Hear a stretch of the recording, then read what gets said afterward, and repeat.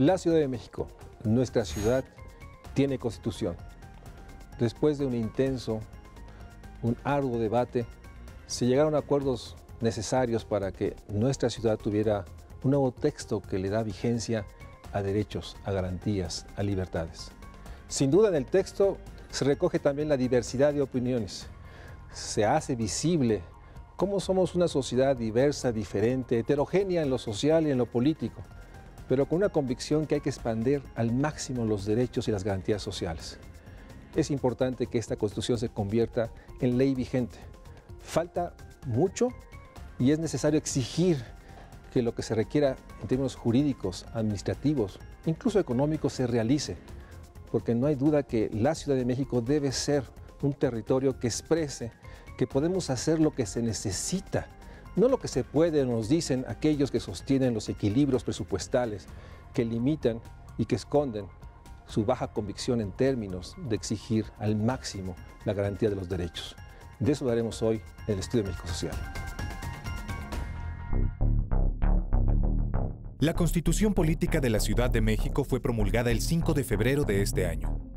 Se compone de 71 artículos que entrarán en vigor en su mayoría el próximo 7 de septiembre de 2018. El fundamento de esta Constitución es la protección y garantía de los derechos humanos. El texto es resultado de 4 meses de trabajo de la Honorable Asamblea Constituyente de la ciudad. En esta Carta Magna se estipula que la capital es una ciudad de libertades. Al respecto, la opinión pública ha destacado derechos en la Ciudad de México que son nuevos en el país. Por ejemplo, en el artículo 6º se reconoce que todas las estructuras, manifestaciones y formas de familia gozan de igualdad de derechos, que están protegidas por la ley y que serán apoyadas en sus tareas de cuidado. Además, en otro apartado de este mismo artículo, se reconoce y eleva a rango constitucional el derecho de todo ciudadano de la Ciudad de México a tener una muerte digna. En el artículo 9º se estipula que a toda persona se le permitirá el uso médico y terapéutico de la marihuana o cannabis y sus derivados.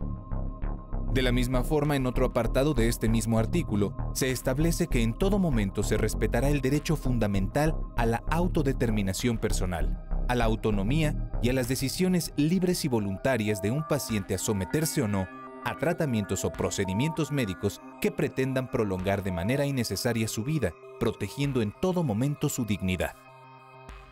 El artículo 11º abarca al carácter inclusivo de la Ciudad de México y, entre otras cosas, reconoce los derechos de la comunidad lésbico, gay, bisexual, transexual, transgénero, travesti e intersexual, así como de sus familias con o sin hijos bajo la figura del matrimonio o alguna otra unión civil. Ahora bien, la eficacia de esta nueva Constitución de la Ciudad de México radica en apegarse a las normas y derechos que contiene, así como observar que, en efecto, esta nueva lógica de libertades sea construida en la capital del país y beneficie a toda la población.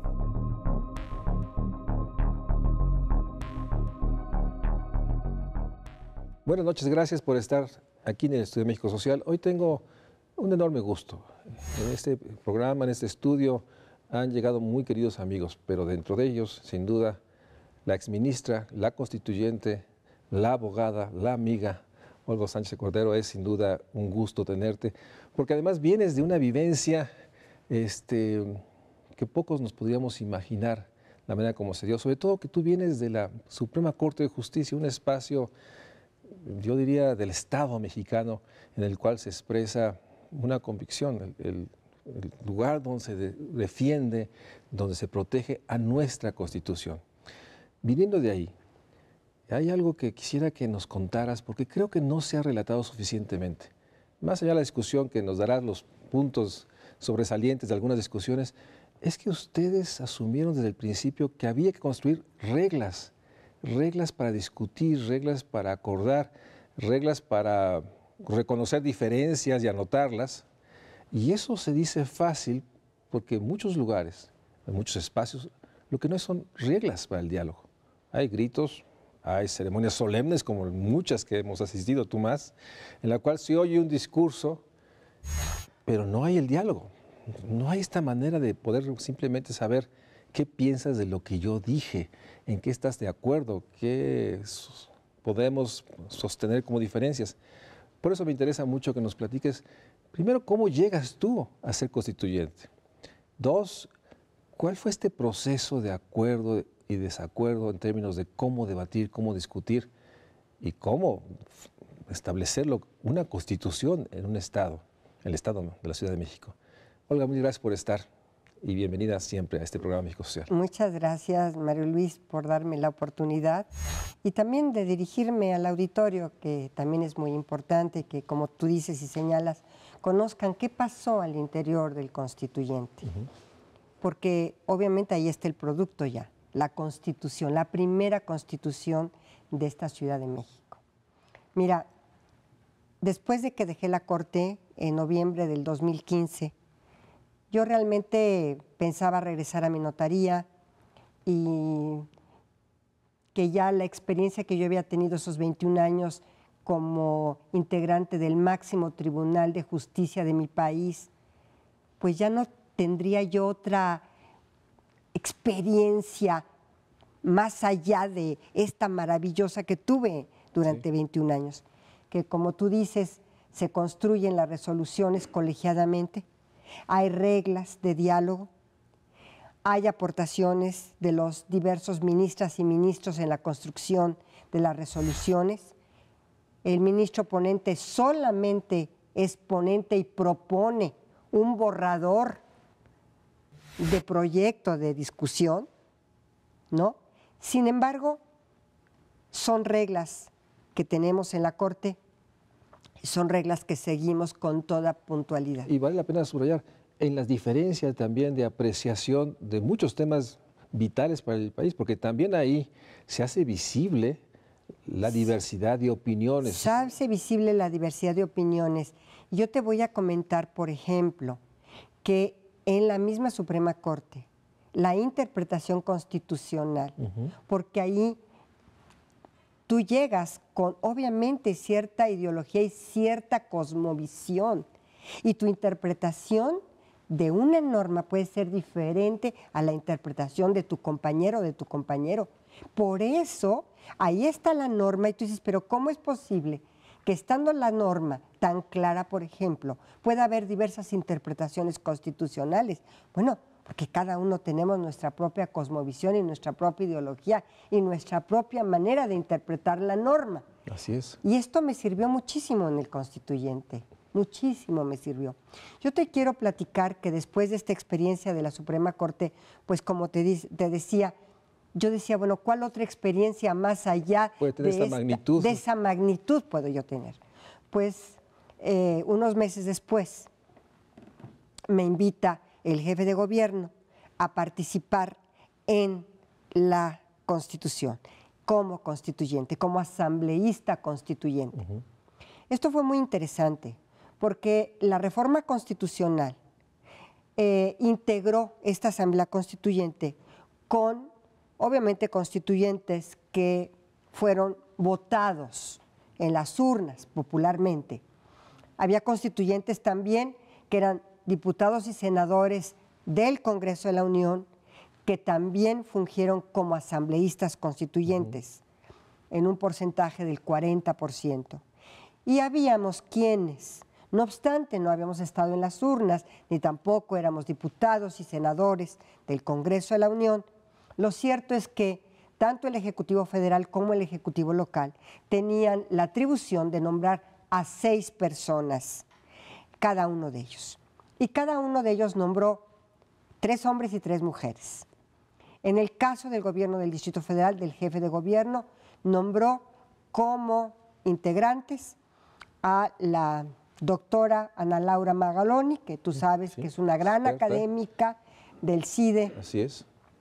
A la doctora Clara Husitman, que bueno, tiene una larguísima trayectoria en todo lo que es el desarrollo social. Así, de defensa de derechos. De defensa de derechos, fue subsecretaria en varias ocasiones, estuvo como secretaria de Desarrollo Social en los gobiernos del Distrito Federal, entonces Distrito Federal, hoy Ciudad de México, ¿verdad?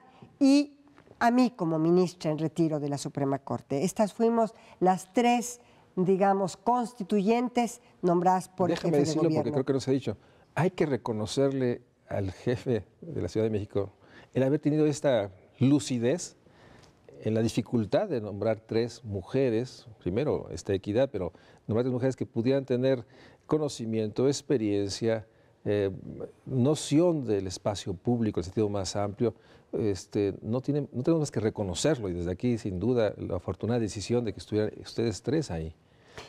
Pues yo te agradezco por lo que respecta a mí. Y en relación a los varones, que también integro, estaban los 2 Alejandros, Alejandro Encinas, quien fuera posteriormente electo como presidente de la mesa directiva de la Asamblea Constituyente, Alejandro Chanona, por otra parte, y también estaba Porfirio Muñoz Ledo, que por supuesto todos sabemos que Porfirio Muñoz Ledo, junto con también Clara Hussitman, fueron realmente los grandes aportadores del proyecto de Constitución.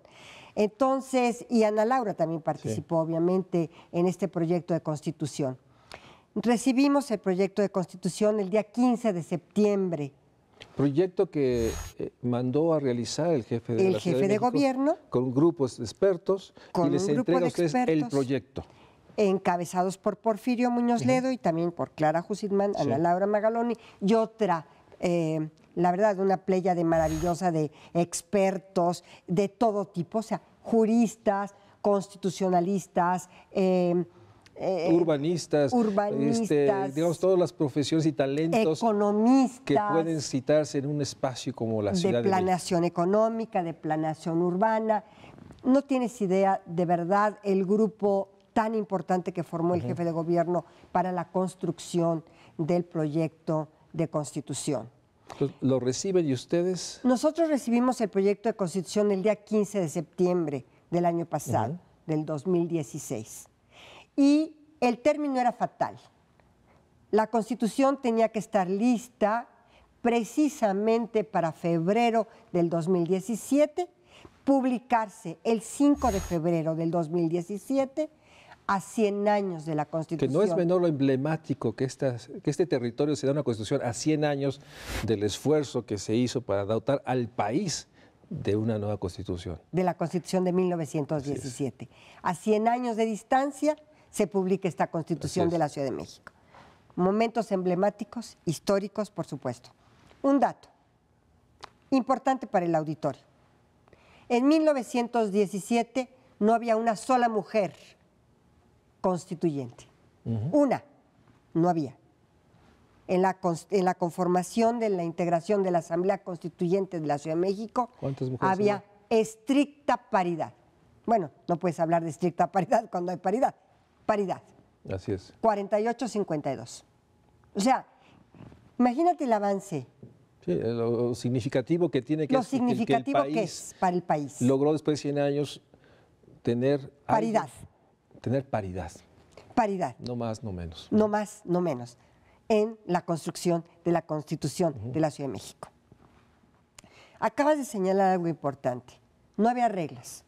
No había un reglamento interior que nos rigiera a nosotros en las discusiones, en la intervención, en la dinámica misma del proceso de construcción de la Constitución. Déjame hacer un corte y regresamos para hablar las reglas del diálogo a 100 años de la Constitución, la propuesta que hoy tiene esta ciudad de poder construir eso, una ciudad de libertades y de derechos y de garantías en democracia. Vamos a un corte y regresamos aquí al Estudio Médico Social.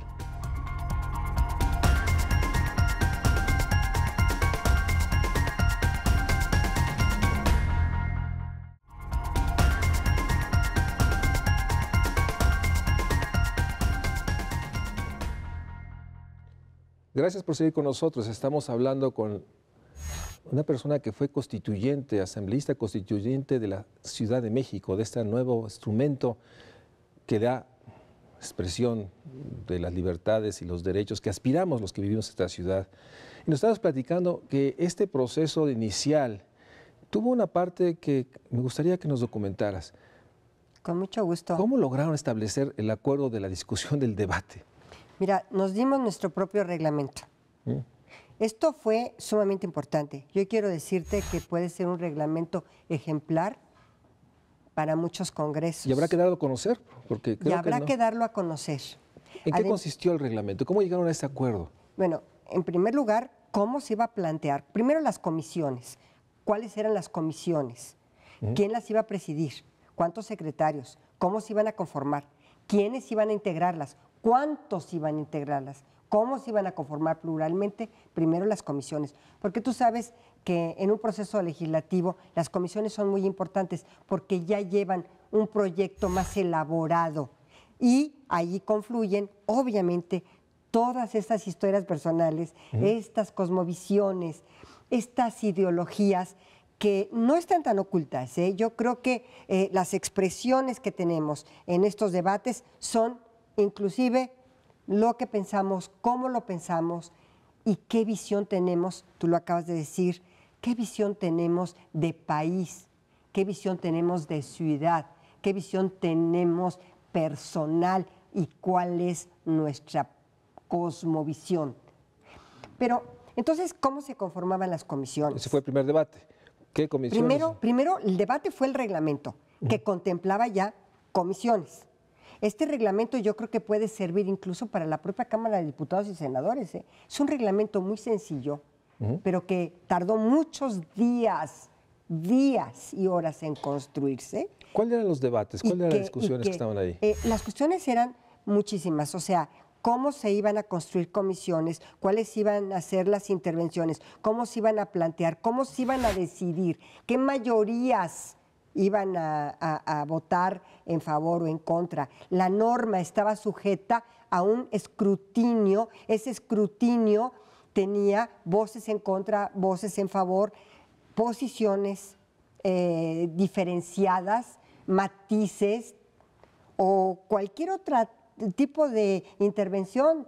Entonces, se ponía a discusión cada norma, obviamente que ya había pasado por el filtro de la comisión, cada norma se tenía que aprobar por 2/3 partes de los presentes. O sea, la comisión presentaba un proyecto, digamos, ya acordado por la comisión. Sí, estas comisiones presentaban los proyectos ya acordados dentro de las comisiones. Te quiero decir que el debate en las comisiones fue muy intenso. Fue de noches y días completos. ¿En qué comisión estabas tú? Yo estaba en 2 comisiones que eran las que más me interesaban y de las que yo más conocía. Carta de Derechos, que era la columna vertebral de la Constitución, y desde luego Poder Judicial, porque en estos dos ámbitos yo me manejé durante muchísimos años. Sí. Entonces empezamos a construir el tema de la Carta de Derechos y del Poder Judicial. En Carta de Derechos, ahí estaba básicamente, era una confluencia de cualquier cantidad de visiones sobre lo que eran los derechos humanos. La Constitución de la Ciudad de México ha sido muy criticada, Mario Luis, porque a veces se dice que es hasta cursi, que es enfarrajosa, que tiene muchísimas cuestiones que no debería contener. Yo te quiero decir que, en mi opinión, hay que revisar esa Constitución con cuidado, hay que revisarla detenidamente, porque es una Constitución, sin duda alguna, de avanzada, es una Constitución modelo, es una Constitución que puede servir no solamente para muchas de nuestras entidades federativas, sino también para constituciones latinoamericanas o del mundo entero. Digo, el peso de tus palabras viniendo del Tribunal Constitucional es mayor. El que desde la experiencia de 21 años de haber discutido el respeto al marco constitucional de este país, el que nos señales que esta Constitución de la Ciudad de México sin duda es de vanguardia, que debe ser referente para el resto del país y evitar un país de desigualdades jurídicas, que es un tema en sí mismo.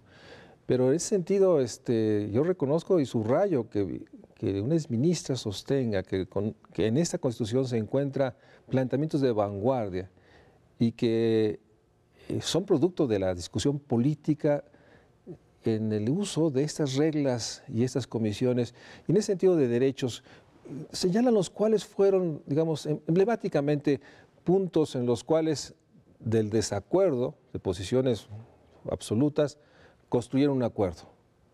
Mira, por ejemplo, yo te puedo decir, la Constitución tiene diversos títulos y capítulos y apartados. Entonces, todo el tema de la Carta de Derechos es emblemático porque habla de ciudad de libertades y de derechos. Así es. Ciudad garantista, ciudad incluyente, ciudad hospitalaria, ciudad refugio. O sea, contrario a todo lo que estamos viviendo en nuestro país, nuestros vecinos del norte, ¿no? Sí. Aquí estamos diciendo, esta es una ciudad refugio, es una ciudad hospitalaria. Bienvenidos los migrantes, bienvenidos los extranjeros, bienvenidos los de otras partes de la República. Aquí hay una ciudad que los va a recibir hospitalariamente.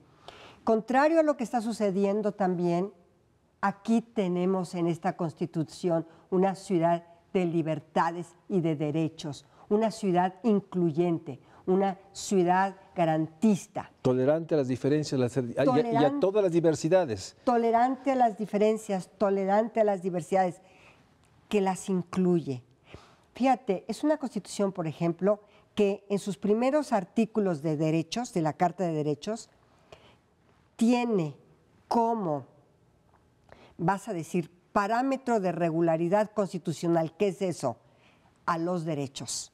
Los derechos son el parámetro de regularidad constitucional. Y nos puede preguntar el público, a ver, tradúzcamelo, ministra o constituyente. La primera constitución del mundo que conozco que establece como parámetro de regularidad constitucional los derechos humanos. ¿Qué quiero decir ¿Qué quiero decir con esto? Los derechos humanos, María Luis, son el eje fundamental de toda la Constitución, van transversalmente a toda la Constitución, se expanden en toda la Constitución, se reconocen y es el eje central de la Constitución. Algo, te pregunto, algo que falta por hacer en la Constitución de la República. El artículo primero de la Constitución todavía no tiene esa transversalidad. El artículo primero constitucional es un avance enorme, es un parteaguas en la historia de los derechos de este país. Pero no tiene esto. Pero las palabras, los derechos humanos serán el parámetro de regularidad constitucional. Esas palabras no las contiene la Ciudad de México.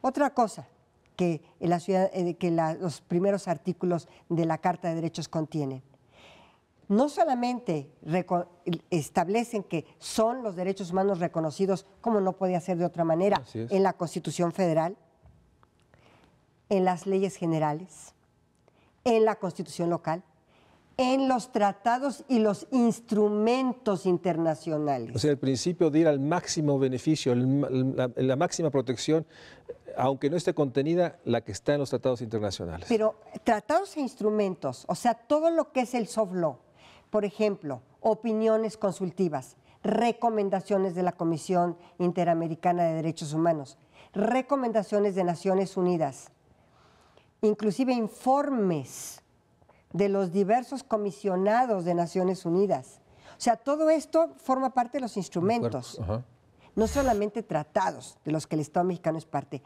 Y va más allá la Constitución de la Ciudad de México. Habla de normas generales y de normas locales. Si una norma local protege más los derechos, se estará a la norma local que expande más el principio pro persona y la expansión más de la protección de los derechos de las y los ciudadanos. Un tema que surgió, y me gustaría que lo explicaras porque es un lenguaje no conocido, mínimos vitales.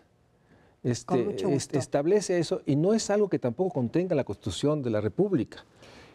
El derecho al mínimo vital fue construido jurisprudencialmente por la Corte, en la que yo participaba. Entonces yo lo traía muy fresco, el derecho al mínimo vital. ¿Qué es el derecho al mínimo vital? Son las condiciones mínimas que el Estado está obligado a darle a cualquier persona para que tenga estas condiciones de mínimo vital. Ahora bien, no solamente son las prestaciones sociales, el derecho a la salud, el derecho a la educación, el derecho a la vivienda, no. Inclusive, o puede también haber transferencias monetarias. Por ejemplo, apoyo a los adultos mayores, apoyo económico a las madres solteras, apoyo económico a determinados sectores de la población. No se estableció el tema de la renta básica, pero sí incluye este mínimo vital transferencias económicas, monetarias. Te pregunto, este mínimo vital tiene como referente algo que es sustantivo en los Objetivos de Desarrollo Sostenible, garantizar una vida digna. Este mínimo vital tiene como parámetro el que se tenga una vida digna. Digo, existe... Tú has dicho la palabra mágica. La palabra mágica es vida digna. Es el derecho de los derechos.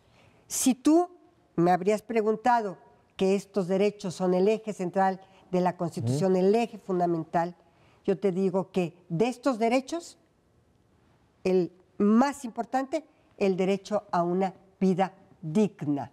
Vamos a un corte y regresamos para ir hablando sobre la Constitución de la Ciudad de México, una Constitución de libertades y derechos y también de posibilidades y esperanza en términos de mostrar que sí es posible la transformación de un entorno que está marcado también por la inequidad, la exclusión, la desigualdad, como hemos dicho desde este estudio. Vamos a un corte y regresamos.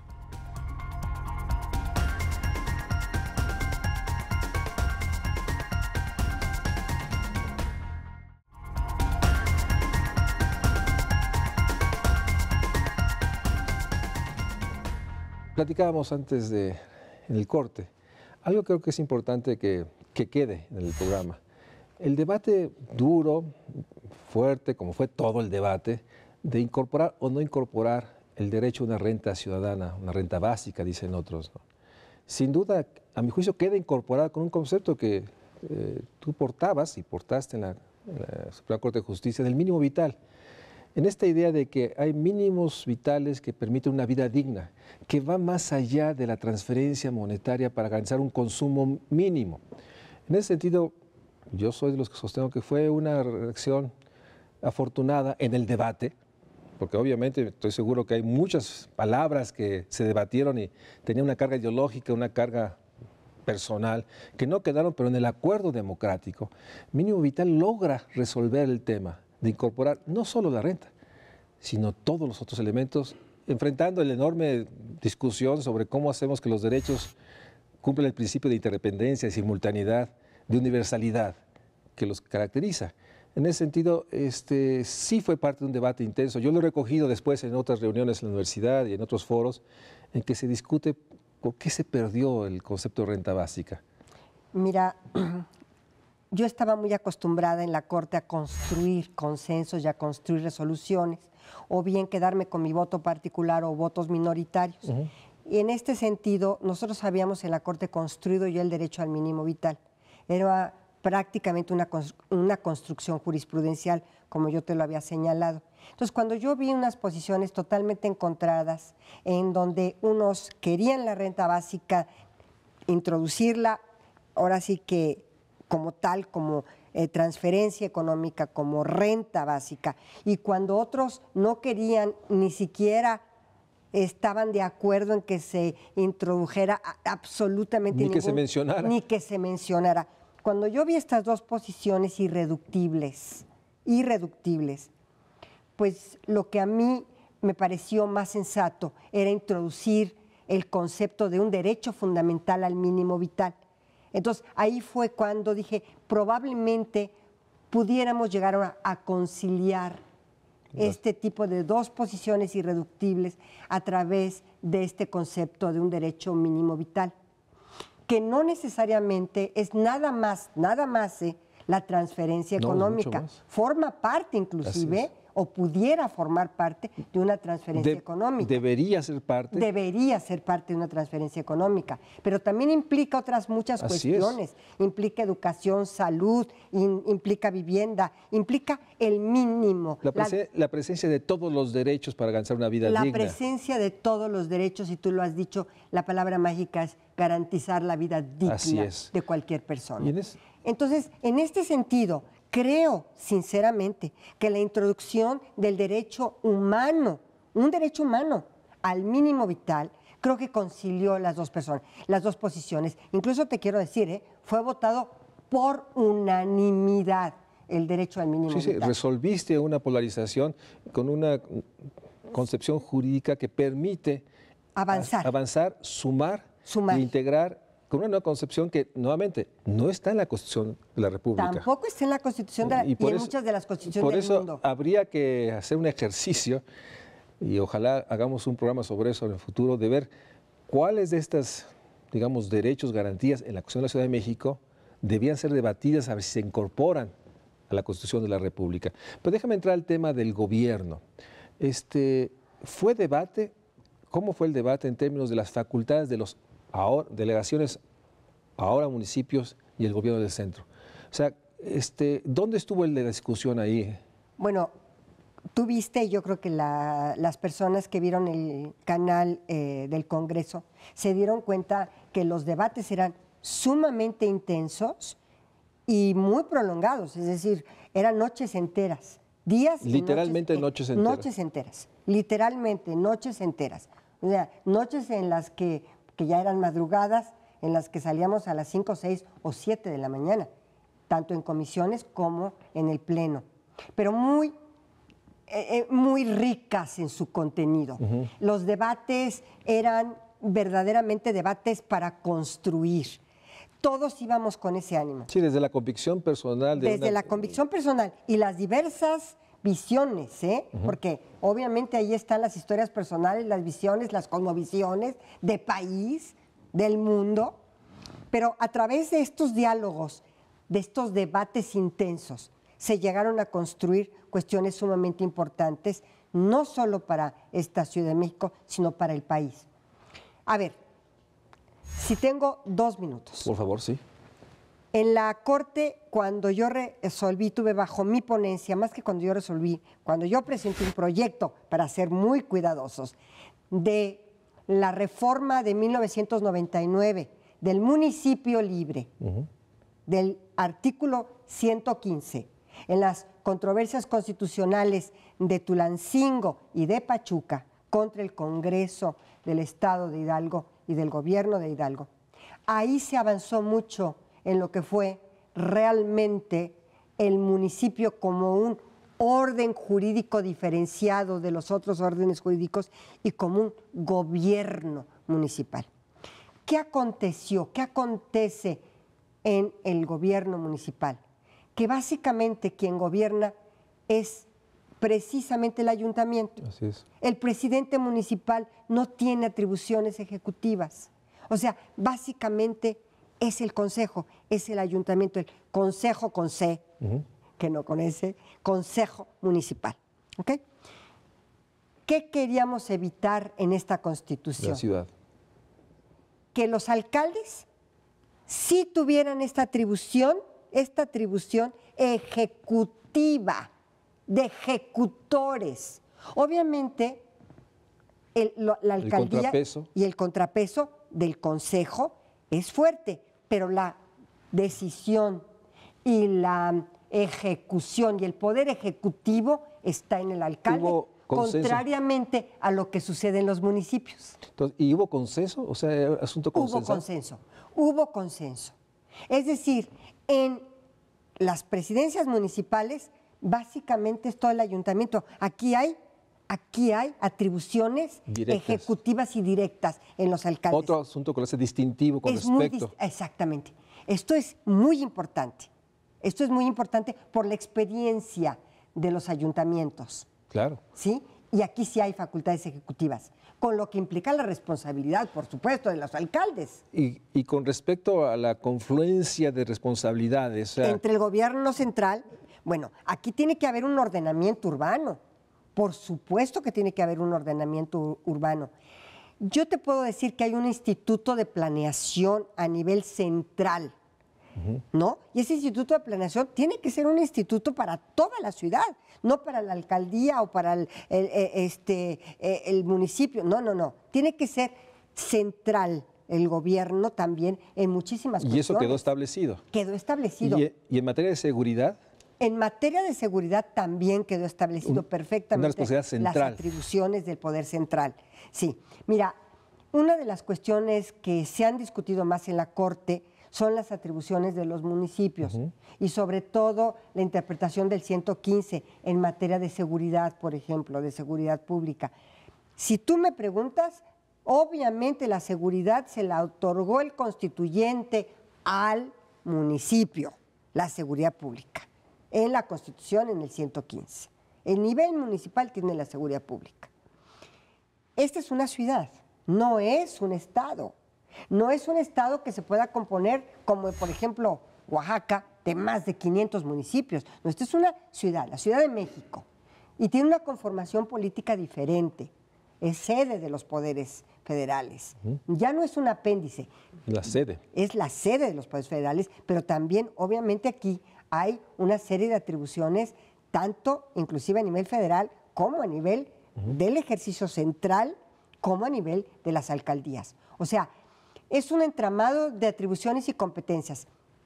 Yo creo que en la Corte lo que más tuvimos en materia de controversias constitucionales eran precisamente estos conflictos competenciales. Que le corresponde al municipio, al Estado y a la Federación. Exactamente. Y en el caso de la Constitución de la Ciudad de México que ustedes votaron, yo creo que quedó claro. Quedó claro y quedan claras las competencias y las complementariedades, porque también hay que establecer que hay acciones que tienen la concurrencia, que es la palabra. La concurrencia. A veces, desde mi óptica personal, no quedó tan clara la concurrencia y las competencias totalmente diferenciadas. Ahora, en ese nivel, la concurrencia y competencia con el gobierno federal. Y también con el gobierno federal, pero aquí estamos hablando del gobierno central. El gobierno central con respecto al gobierno federal. Al gobierno de las alcaldías. Porque aquí hay los 3 niveles de gobierno, por supuesto. Claro. Está el federal y es el asiento de los poderes federales, ¿no? Pero aparte está el gobierno central de la Ciudad de México. Así quedó concebido en la Constitución, gobierno central. En la Constitución, el gobierno central de la Ciudad de México. Así claro. está así ya denominado, claro, porque es una denominación que no es conocida. El gobierno central. No se dice central, no se habla del gobierno central, del gobierno, del jefe de gobierno. Del gobierno de la Ciudad de México. De la Ciudad de México. Pero yo te estoy diciendo coloquialmente, este gobierno central de la Ciudad de México que tiene concurrencia y competencia con los municipios que van a... Alcaldías, que van a surgir ¿cuándo? Porque ahorita estamos en una transición. Estamos en una transición, inclusive de cuando entra en vigor también la Constitución. Entonces, yo te puedo decir que no entra en vigor la Constitución en un momento determinado, sino que hay determinados momentos para que entren en vigor diversas disposiciones de la Constitución. Bueno, por ejemplo, Poder Judicial, por ejemplo, Instituto de Planeación, por ejemplo, alcaldías. O sea, hay toda una agenda establecida. Hay una agenda completa y sobre todo, Mario Luis, hay que esperar también a las normas secundarias, a las normas reglamentarias de esta Constitución, también para la entrada en vigor de diversas instituciones. La pregunta es, ¿qué sigue?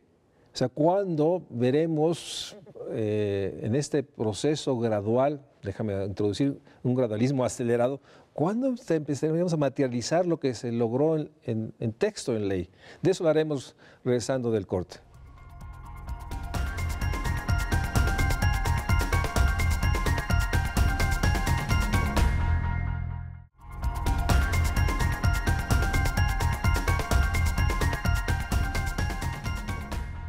Gracias por seguir con nosotros. Oiga, hay una pregunta. Bueno, se cumplió y el 5 de febrero fue anunciada y fue dada a conocer el texto y se cumplió en tiempo y forma. A sorpresa de muchos que apostaban que no salía por la diferencia y los debates. La pregunta que muchos tenemos es, bueno, ¿cuándo esta Constitución empieza a transformar la realidad política, jurídica, administrativa y lo que son el texto fundamental se convierte en leyes, reglamentos? O sea, falta todavía mucho a que esa Constitución se vuelva, no sé cuál es la expresión, sino vigente, real. Vigente, real, que podamos usarla, los ciudadanos usar la ciudad. ¿Cuál es este proceso? ¿Qué sigue? ¿Qué está pasando y qué va a pasar de aquí? Déjame dar un horizonte, de aquí al 18, en el cual habrá renovación de poderes a nivel federal y a nivel de la República en muchas entidades, casi todas. O sea, ¿qué va a pasar de aquí, digamos, de febrero a septiembre, diciembre, con el nuevo gobierno? ¿Qué está pasando? Mira, hay una vacatio legis, lo que se llama vacatio legis quiere decir que para que entre en vigor una norma tiene que pasar un periodo de tiempo que el legislador, y en este caso el constituyente, le ha dado a esta norma para ir implementándola. paulatinamente. La mayor parte de las disposiciones entran en vigor en el 18, en el 2018, básicamente en septiembre. Ya, obviamente, la nueva estructura de gobierno. Sí, hasta eso. Hasta eso, la nueva estructura del gobierno, las alcaldías, en fin, cómo va a conformarse el Congreso de la Ciudad de México, ya no va a ser asamblea, va a ser Congreso. Para el Poder Judicial también hay algunas otras fechas fatales. Pues digamos, las alcaldías van a ser electas para el 18. Para el 18. Pero sí te quiero decir algo que es mi punto de vista, Sí. Y a lo mejor algunos no lo van a compartir. Yo pienso que en materia de derechos humanos, una vez publicada una norma, entra en vigor de inmediato. Porque en materia de protección de derechos tú no puedes esperar a que la vigencia de la Constitución sea hasta dentro de un año o en septiembre del 2018, cuando tienes normas de derechos humanos protectoras de los derechos humanos.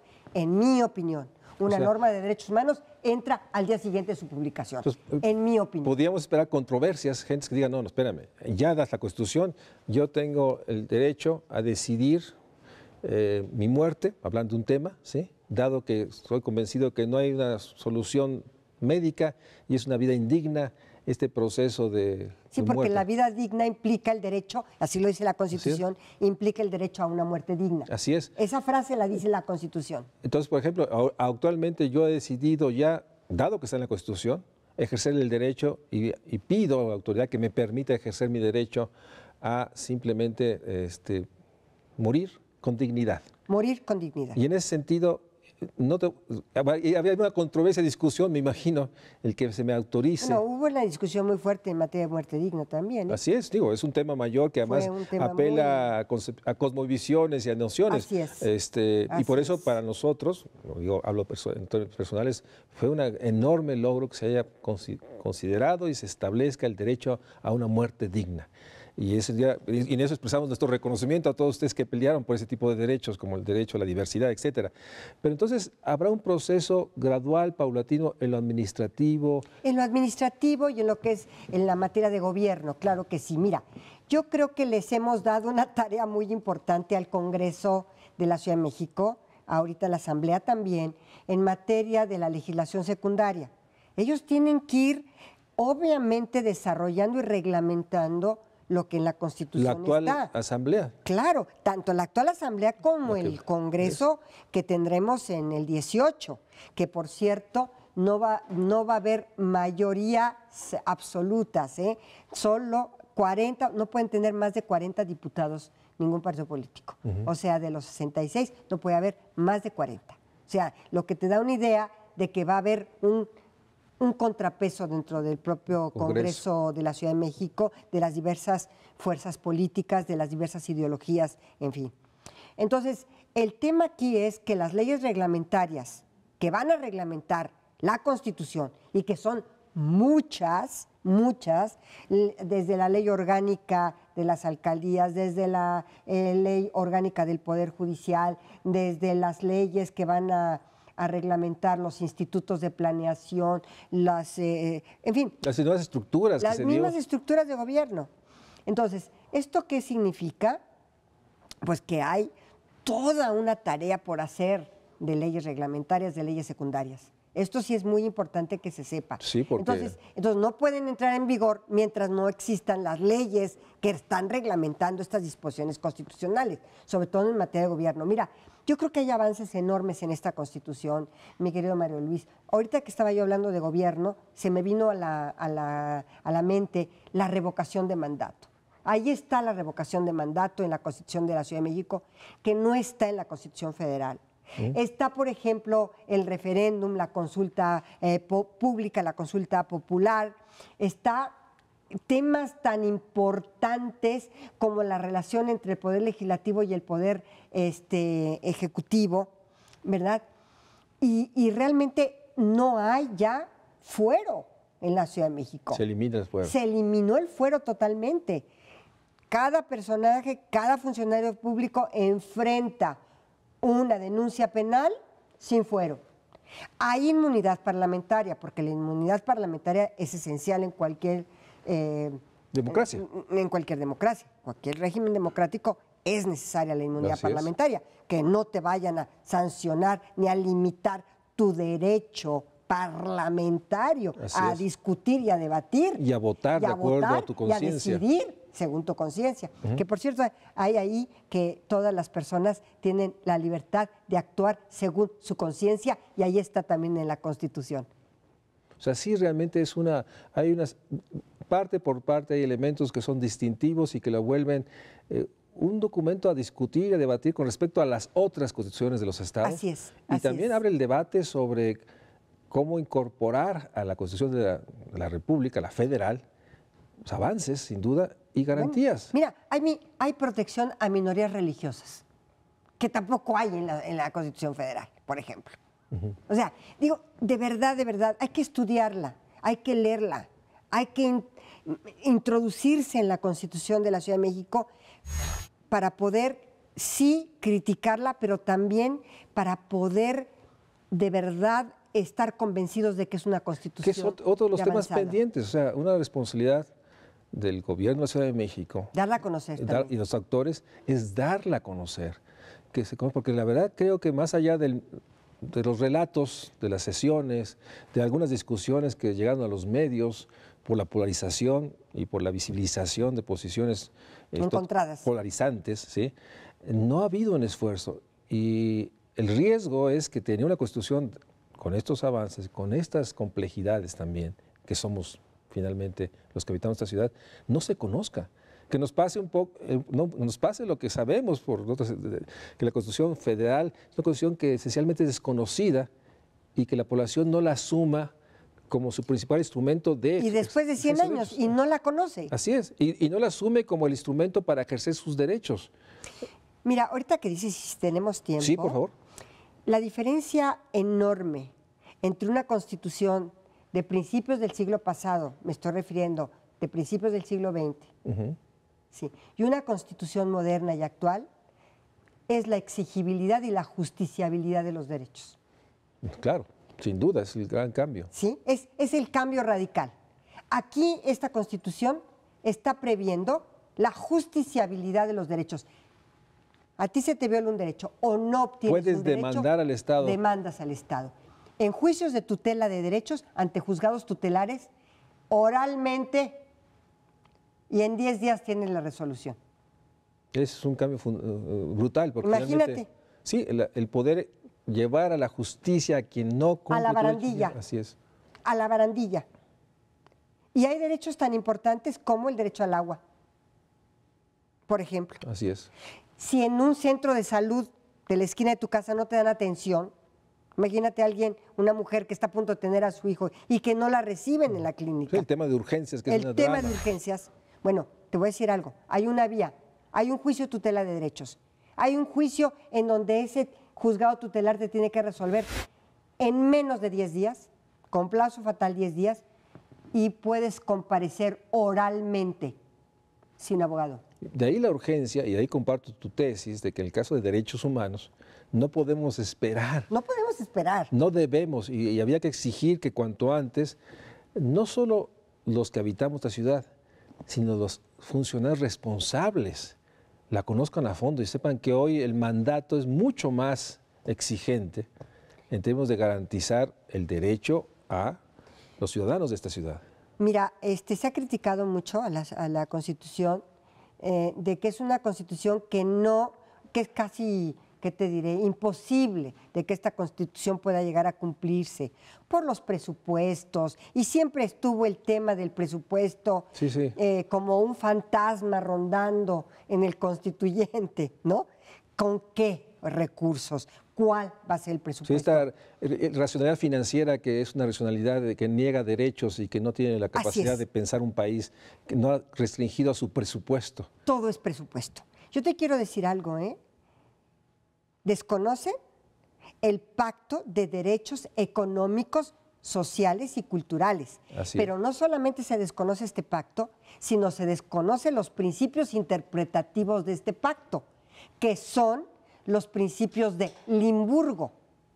Y estos principios de Limburgo tienen dos principios interpretativos fundamentales en los derechos económicos, sociales y culturales, que es el principio de progresividad de los derechos Así es.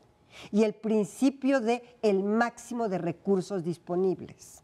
Y esto está en esta Todo Constitución. está permeada la Constitución con estos principios de Limburgo que nadie conoce, ni nadie conocía hasta antes de sentarnos en la Constitución a discutirlos. Claro, los que hemos trabajado derechos humanos sí los conocíamos. Claro, pero es importante porque ante el discurso de que solo se debe hacer responsablemente lo que tiene una partida presupuestal, nos lleva a este enorme fracaso en términos de garantizar los mínimos, un mínimo vital a todos. Y hoy no se puede aducir que se está haciendo el máximo esfuerzo y la restricción presupuestal, que digamos era la tesis anterior, que justificaba cuando el Estado no cumplía porque no estaba en el presupuesto, hoy está totalmente rebasada por estos principios internacionales, pero en esta Constitución. Esta Constitución está permeada, toda la Constitución completa está permeada por los principios de Limburgo. Del máximo esfuerzo y el principio pro persona. Progresividad y al máximo de los recursos disponibles. Transversalmente es el eje transversal de la Constitución en derechos sociales y económicos. Yo te quiero agradecer enormemente, Olga, que hayas hecho esta exposición, como lo haces tú, con la convicción y con la enorme noción de la enorme oportunidad que se realizó en términos de una Constitución que va más allá y que plantea que estas restricciones, limitaciones presupuestales no se pueden aducir como limitante de garantizar un derecho humano. Y en ese sentido es algo que tenemos que conocer y difundir. Y en este mes de febrero, en que hemos tratado de hablar de la Constitución, del Estado del Derecho en nuestro país, sin duda hacer una revisión exhaustiva, crítica, pero también para interiorizar lo que se debatió y lo que está hoy en derecho, es algo que nos debe llenar de esperanza, lo digo porque es una palabra que creo que debemos recuperar, de que en el debate, en la diferencia, en la enorme fractura económica, el enorme sentido de amenaza que nos da el nuevo presidente americano, hoy la Ciudad de México logró plantear un documento que tenemos que hacer vigente, como bien dices. Ministra, asambleísta constituyente, muchas gracias por estar en México Social, muchas gracias por acompañarnos y espero pronto volver a tenerte para que nos vayas relatando los avances. Sí. Hay que estar muy al pendiente para que esta Constitución se convierta en ley vigente en la ciudad. Muchas gracias, buenas noches. Nos vemos en el próximo programa de México Social.